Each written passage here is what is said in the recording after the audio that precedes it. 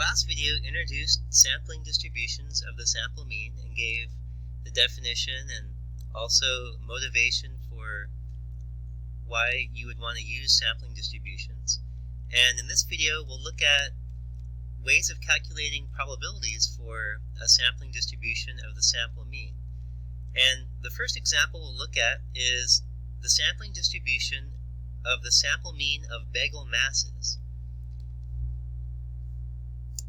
So the masses of bagels at Ye Old Town Bagel Shop are approximately normally distributed with a mean of 120 grams and a standard deviation of 22 grams. To start, let's draw the distribution for this population. The mean is 120. The standard deviation is 22.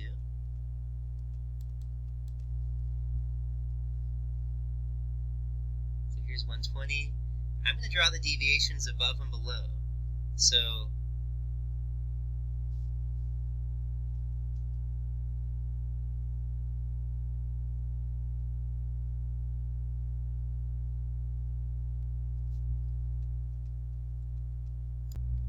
I've drawn this distribution curve for the population distribution. The mean is 120.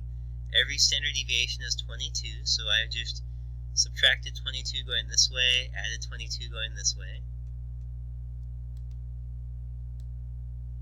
And let's suppose that you're the owner of this bagel shop, and every day you obtain a random sample of 16 bagels.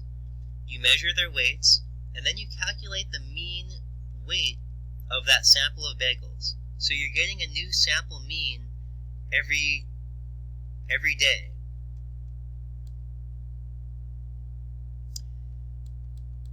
Let's take a look at a simulation of what that would look like if you were actually taking a sample of 16 bagels every day. The simulation we'll look at is on this website. There are lots of simulations. This was a simulation that I found. This simulation was built by Kyle Hardman at the University of Minnesota.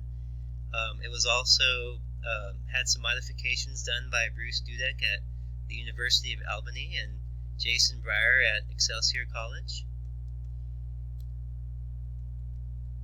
So this is based on a normal population distribution.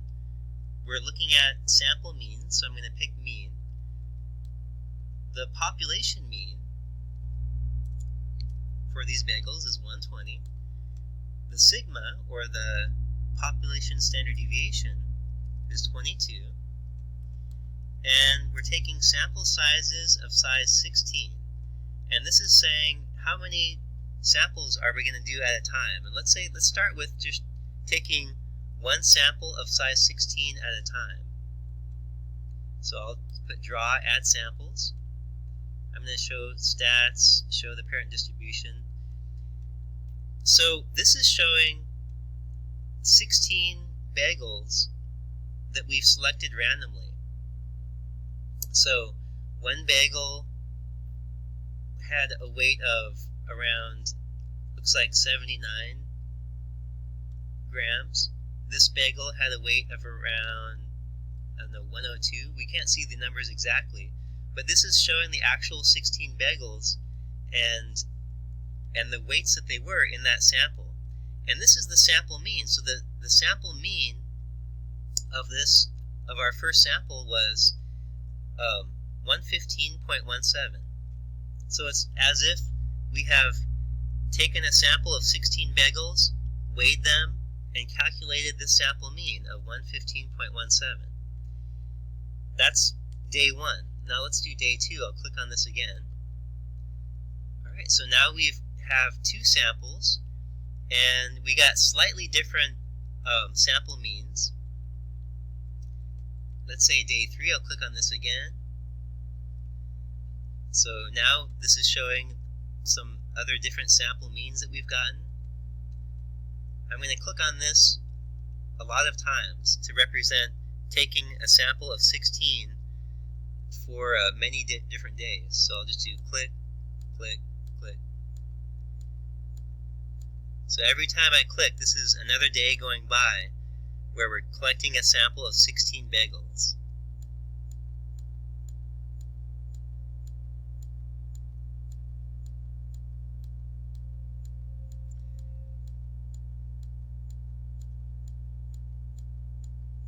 So I've done a lot of clicks,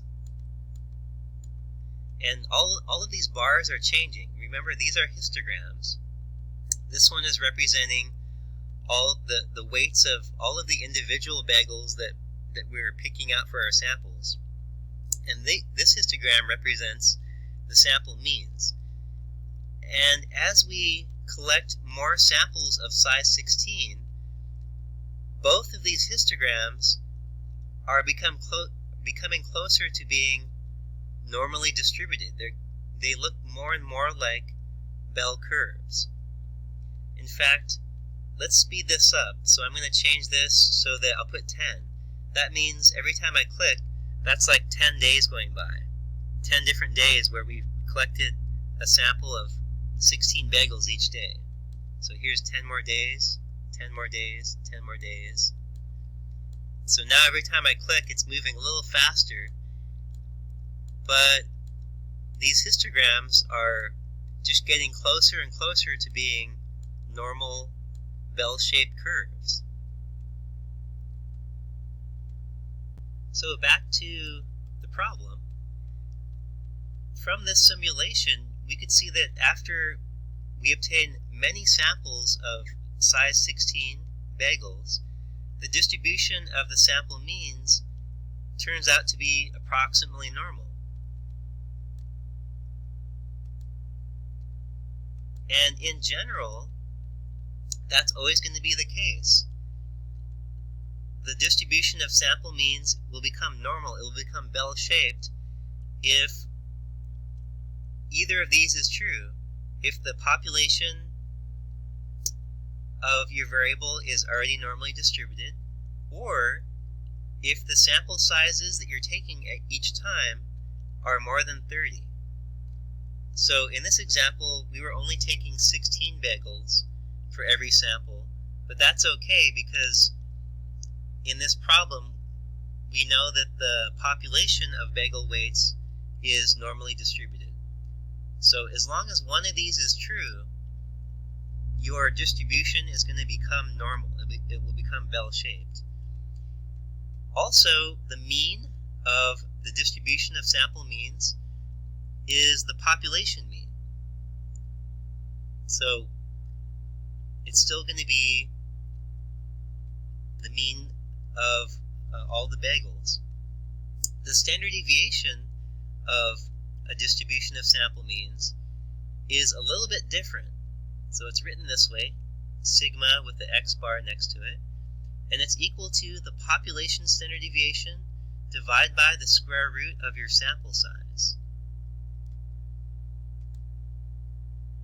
So in part A of this problem, it just says describe the sampling distribution of the sample means of masses of bagels for sample sizes of 16 bagels.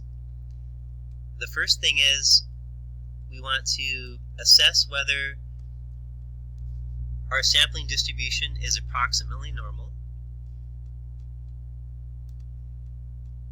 And our distribution is going to be normal because the population distribution is normal. So back in the description of the problem, it mentioned that the masses of bagels at this bagel shop are approximately normally distributed. And so because the population of all bagels are normal, that means that by this condition, the distribution of sample means will also be normal. So this is a normal distribution. Something else we'll want to find to describe our distribution is the mean. The mean of our sampling distribution is equal to the population mean, which is 120. So remember back in the problem, it said that the mean weight of all these bagels is 120. And the standard deviation, sigma with the x bar next to it, is the population standard deviation divided by the square root of n. The population standard deviation was 22. Back in the description of the problem, it mentioned that the standard deviation was 22.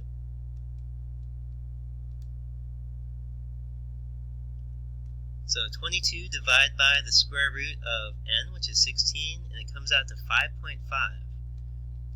And as a final part to this question, I'm going to redraw a distribution curve for this sampling distribution. The mean is still 120.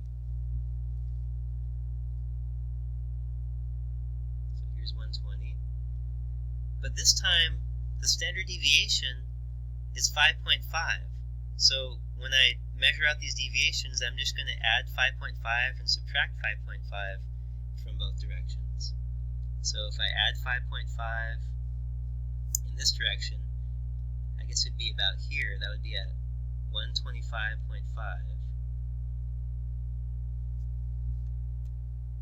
And I've drawn the rest of this distribution. So I've just added 5.5 going in this direction. So it's a little messy, but this would be 125.5. This is at 131, and this is at 136.5. And then going down, this is at 114.5, 109, and 103.5.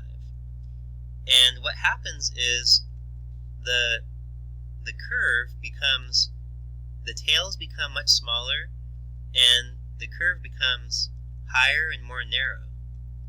And if you compare that to the first curve that we drew, this curve was for the population distribution, where all of these just represent the weight of one bagel, and it's more gradual. And this one represents the distribution of sample means. So remember now, the x-axis represents sample means, x bars. Not just one bagel, but a mean of 16 bagels. And so the curve becomes much more narrow and a little bit higher. And the tails also become smaller.